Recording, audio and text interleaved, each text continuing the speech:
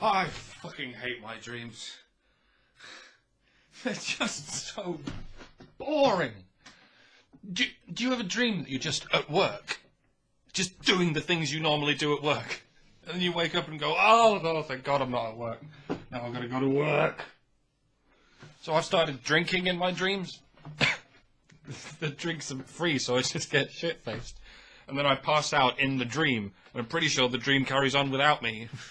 Then the next night I dream that I'm hungover, and the 7 spiders that look like people are there going, man, you were wasted last night, do you even remember anything? And I'm going, no, I don't need this, not while I'm at work. Is it a bad sign when the voices in your head start talking amongst themselves? Can you believe this guy just started talking to a brick wall? I know. What are you talking about? But there's a rather sort of pervasive and slightly mawkish culture of dream interpretation out there. I'm sure you've noticed it. Whenever you have a particularly vivid or obscure dream, it's tempting to sort of look up what other people think it might mean. I think it's the same impulse as the, looking at your astrological column just for a giggle. Just because you're curious. Because you don't have any answers of your own, so you want to see how you would examine an answer if there was one, which is harmless fun until you start taking it seriously, and then you might run into trouble, especially with dreams, because you might end up thinking that you were thinking something that you were not, in fact, thinking.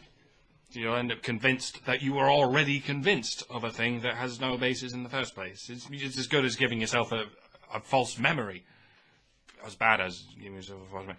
So asking what your dreams mean is asking the wrong question. It's assuming that they have meaning. It's assuming from the get-go that your subconscious mind sat down that night and decided to write an abstract piece of theatre.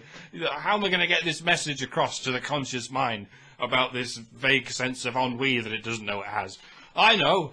I'll make him locked in a rural cottage with Harold Bishop and a disembodied floating rubber hand that eats wallpaper and is controlled by the spirit of Jeremy Beadle. And I'll make him try and dial up for a dial-a-pot noodle to be delivered. But for some reason he can't read the phone book. Jeremy Beadle represents his unaccountable sense of abandonment. He'll understand that.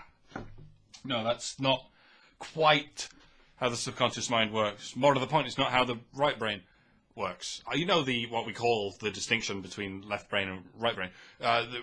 Your right brain experiences the world. Your left brain thinks about it, compiles the data, and tries to make decisions based on it.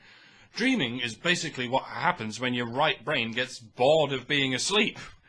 It just starts making shit up. It just starts pulling things out of its cache of temporary files and recent downloads and just stitches them together and runs with it. That's why one moment you're on a train with a monkey, the next thing you know you're in a deserted city centre and the monkey was Hitler all along. There's no reason for that transition. It's being phoned in on the fly, clearly, just like there's no reason for it being a monkey and there's no reason for it being Hitler.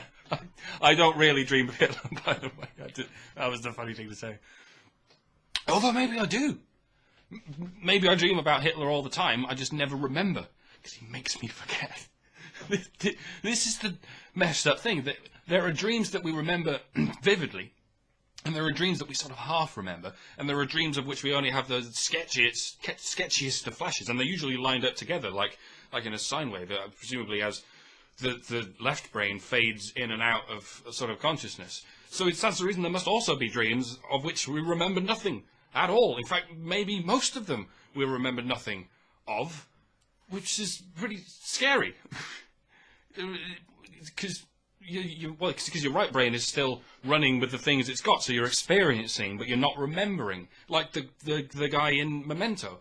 You can have no idea what it is you're experiencing in those moments. It's like no one actually knows what it's like to be blackout drunk. Because no one ever remembers, and no one's ever coherent enough to describe it at the time. It could involve searing eyeball pain and hearing the unedited voice of Satan emanating from your left elbow.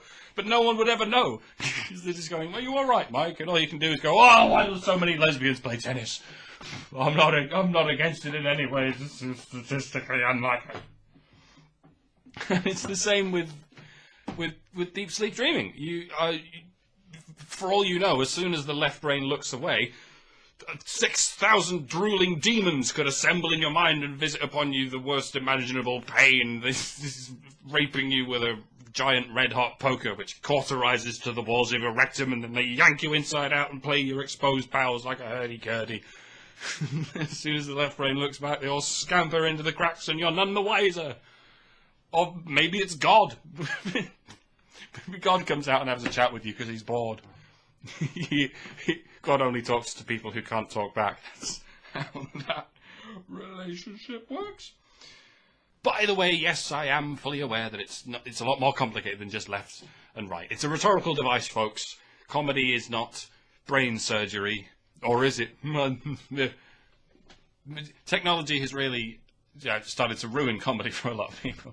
I think you'll find fMRI scans have revealed that during REM sleep there's significantly more activity than during deep sleep, and in both hemispheres.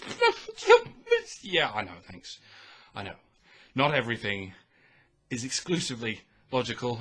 Not everyone is a boring cunt. The left brain is very involved in dreams because it's there looking at what the right brain's doing and going, what the fuck's happening here? I'm gonna write this shit down. What are you doing? What? And this is how we drive ourselves nuts. Because we think, well, why is it this particular image? Why is it this particular memory? Well, they must be coming from somewhere. And yes, they are coming from somewhere, but they're not being selected with any discerning criteria, and they're not being assembled with any particular plan. It's like you're pulling socks out of the sock drawer with your eyes closed and throwing them on the bed, right? And then you open your eyes and think, why did I pull out so many green ones? Well, you lost me at why. Right brain doesn't do why, it does bleh.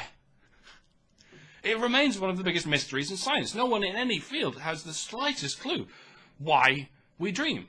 There's a popular hypothesis that it's to sort of arrange and file the important memories of the day and discard the irrelevant ones. It's sort of psychological tidying. But cats dream as well. Is that why cats dream? They're dreaming about chasing a mouse because they're thinking, well, why did that mouse veer off to the left? Was it something I said? Why would cats need to do that? Plus, the only evidence we have for the purpose of dreaming is what happens without sleep. That's sleep. That's not dreaming. There's no control experiment for sleeping without dreaming. How do you know you're not dreaming? This is why it's so difficult to figure out the why behind it, and why it's very possible that there is no why behind it. Maybe it's just a side effect.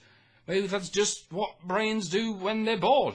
And it's never been a hindrance to evolution, so it's never been ironed out. Evolution hasn't prepared us for what to do when we're bored, because when we're bored, our lives aren't in danger, or else we wouldn't be bored. Maybe it's just our oversized adrenaline glands dripping out a little bit more than we need. What you have to understand is that your life has no meaning. So, yeah? Glad I could help. Goodbye and fuck off.